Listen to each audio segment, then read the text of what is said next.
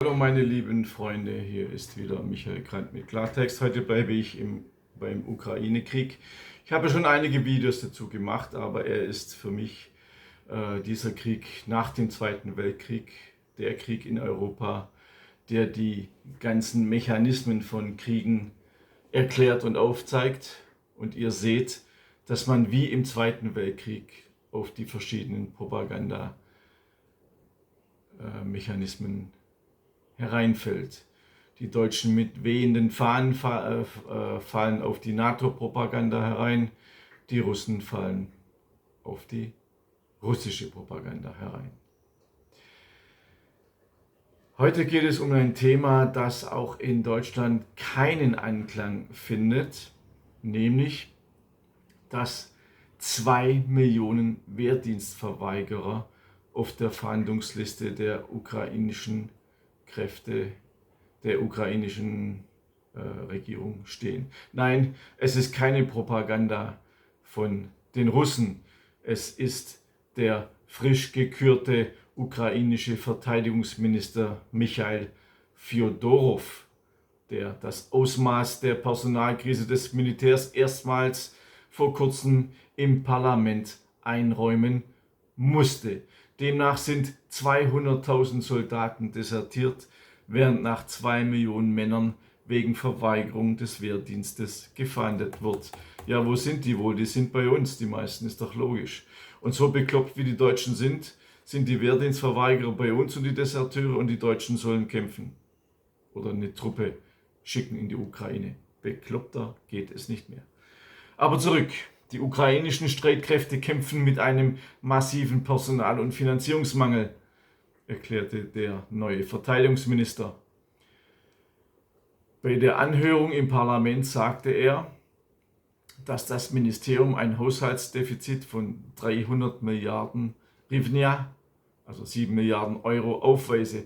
Rund 2 Millionen Männer stünden wegen Wehrdienstverweigerung auf der Fahndungsliste und etwa 200.000 Soldaten seien desertiert. Ich will kein Populist sein, sondern Realist, sagte Fjodorow bei der Präsentation der Statistiken. Wir müssen unsere Hausaufgaben machen und die Probleme angehen, um voranzukommen.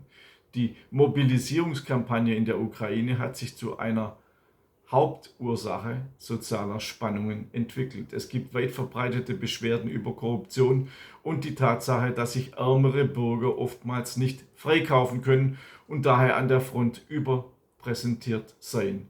Das kennen wir auch vom Zweiten Weltkrieg oder vom Vietnamkrieg. Kirill Budanov, der ehemalige Chef des Militärgeheimdienstes der Ukraine, der diesen Monat zum Stabschef von Wladimir Zelensky ernannt wurde, sagte, die Regierung habe das System der Mobilisierung durch eigene Fehler untergraben. Fjodorow hatte einst Online-Marketing-Dienstleistungen für Zelenskys Comedy-Studio erbracht, bevor Zelensky ihm zu einem überraschenden Einstieg in die Politik verhalf. Jetzt ist er Verteidigungsminister. Zunächst war er Minister für digitale Transformation. Zelensky ernannte ihn zum Verteidigungsminister, nachdem ein Korruptionsskandal 2 Minister zum Rücktritt gezwungen hatte. Ausgelöst wurde die Krise durch Korruptionsermittlungen gegen den Geschäftsmann Timur Mendic.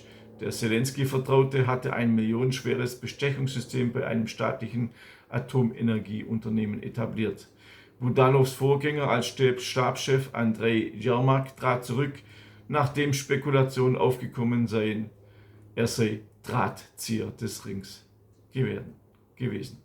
Das Verteidigungsministerium war bereits zuvor mit Korruptionsvorwürfen konfrontiert, darunter überteuerte Lieferverträge unter dem damaligen Verteidigungsminister Alexei Resnik, der 2023 zurücktrat. Dessen Nachfolger Rustem Umerov soll von Mendic beeinflusst worden sein. Umerov wurde im vergangenen Juli durch den ehemaligen Premierminister Denis Schmygal ersetzt, der nun zum Leiter des Energieministeriums ernannt wurde. Ihr seht also, in der Ukraine geht es zu rauf und runter, total durcheinander. Korruption, die Leute werden ausgewechselt, die Millionen, Milliarden bleiben verschwunden und so weiter. Und jetzt kommt auch noch das, dass zum ersten Mal ein ukrainischer Minister zugibt, dass 200.000 Soldaten desertiert sind. In meinen Augen, für meine Informationen, die ich habe, ist diese Zahl viel zu niedrig. Viel zu niedrig. Weil diese 600.000, die in Deutschland sind, davon sind ja schon so sehr viele Wehrdienstverweigerer und wahrscheinlich auch Deserteure darunter. Und nach 2 Millionen Männern wird wegen Verweigerung des Wehrdienstes gefahndet. Ja, warum gefahndet? Weil man sie nicht findet. Und wo sind sie? Ja, in Berlin, Hamburg, München, Stuttgart. Bei uns.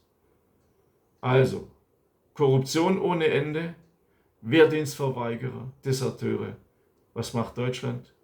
Zahlen, Zahlen, Zahlen. Und überlegt jetzt auch noch, Soldaten in die Ukraine zu schicken, obwohl 2 Millionen Ukrainer nicht kämpfen wollen. Das ist sowas von bekloppter geht es nicht mehr. Über die Hintergründe des Krieges habe ich 2 Publikationen geschrieben. Schlachtfeld Ukraine, Angriffs- oder Präventivkrieg. Es ist die Vorgeschichte des Krieges. Und in dieser Broschüre, 90 Seiten, erfahrt ihr, wie Putin über den Tisch gezogen worden ist. Es ist keine Propaganda von mir. Es ist eine objektive Aufarbeitung, so wie ihr das von mir kennt. In der zweiten Publikation, Schlachtfeld Deutschland, wie die Regierung unser Land in den Krieg führt, hochformatig, sehr, sehr hochwertig gemacht, sehr, sehr hochwertig gemacht. Es hat 170 Seiten, auch wieder mit vielen Tabellen und Informationen. Erfahrt ihr, wie Deutschland in den Krieg eingegriffen hat und eingreifen will und wie auch die Grünen und die SPD schon immer Kriegstreiber waren. Beide Broschüren, also ich zeige noch einmal diese große Broschüre, beide Broschüren mit 260 Seiten insgesamt bekommt ihr könnt es ja nicht glauben, kostenlos bei info@konservative.de, der Link ist unten angegeben. Natürlich freuen sich die Konservativen auch, wenn man eine kleine Spende geben könnte, wenn ihr das wollt. Wenn nicht, dann gebt ihr halt nichts und nehmt das einfach kostenlos und gebt nichts zurück. Also in meiner Erziehung ist halt so, wenn ich was bekomme, gebe ich auch was zurück. Aber es ist jedem für sich, jeder kann selber entscheiden, weil es ist ja kostenlos. Es ist nur eine Bitte von mir. Zum Krieg gehört natürlich auch dieses Buch, sehr, sehr erfolgreich beim Kopf Verlag, zehntausende Mal verkauft. Deutschland unter 2+4 Vertrag mit dem Untertitel Hintergründe, Wortbrüche, Lügen. Wie kam dieser Vertrag zustande? Wie verlogen hat man ihn zusammengezimmert und wie bricht man ihn jetzt? Und wird Putin diesen Vertrag annullieren? Und vor allem, für mich das wichtigste Kapitel, was würde geschehen, wenn Putin den Vertrag annullieren würde? Kommt die DDR 2 zurück? Werden unsere Grenzen noch anerkannt? Werden alle bilateralen Verträge, die man geschlossen hat aufgrund dieses Vertrages, noch anerkannt? Alles in diesem Buch. Und wenn wir schon dabei sind, in meinem neuen Buch, ihr seht es hier im Hintergrund, Deutschland soll vernichtet werden, gehe ich auf die Massaker und die Verbrechen an uns Deutschen ein. Und zwar ist es ein Buch, das ist ja nicht objektiv, es ist einseitig, es bezieht sich nur auf die deutschen Opfer, aber jeder Absatz, so wie ihr das kennt, wieder belegt mit Quellen, die man nicht widerlegen kann. Es ist ein Buch für unsere Toten, für unsere Toten. Das, was die Deutschen anderen angetan haben, hört ihr jeden Tag rauf und runter in den Medien. Ich brauche das nicht noch einmal runterbeten. Das mache ich auch nicht in meinen Videos, sondern ich stelle einfach den anderen Part dar. Die alliierten Massenmörder, die Millionen Deutsche umgebracht haben, mit vielen erschreckenden, dramatischen Fotos, die zeigen, die so auch noch nie publiziert worden sind, die zeigen, wie gnadenlos die Deutschen umgebracht worden sind. Werdet Teil dieser Gedenkkultur und kauft dieses Buch, wenn ihr wollt. Dicker Wälzer, auch 900 Seiten leider, weil ich habe so viele Seiten gebraucht, um jeden einzelnen Massenmord an uns zu dokumentieren. Abonniert mich auch auf Telegram und abonniert meinen kostenlosen Newsletter auf www.michaelkrant.de. Kostenlos, kostenlos, kostenlos.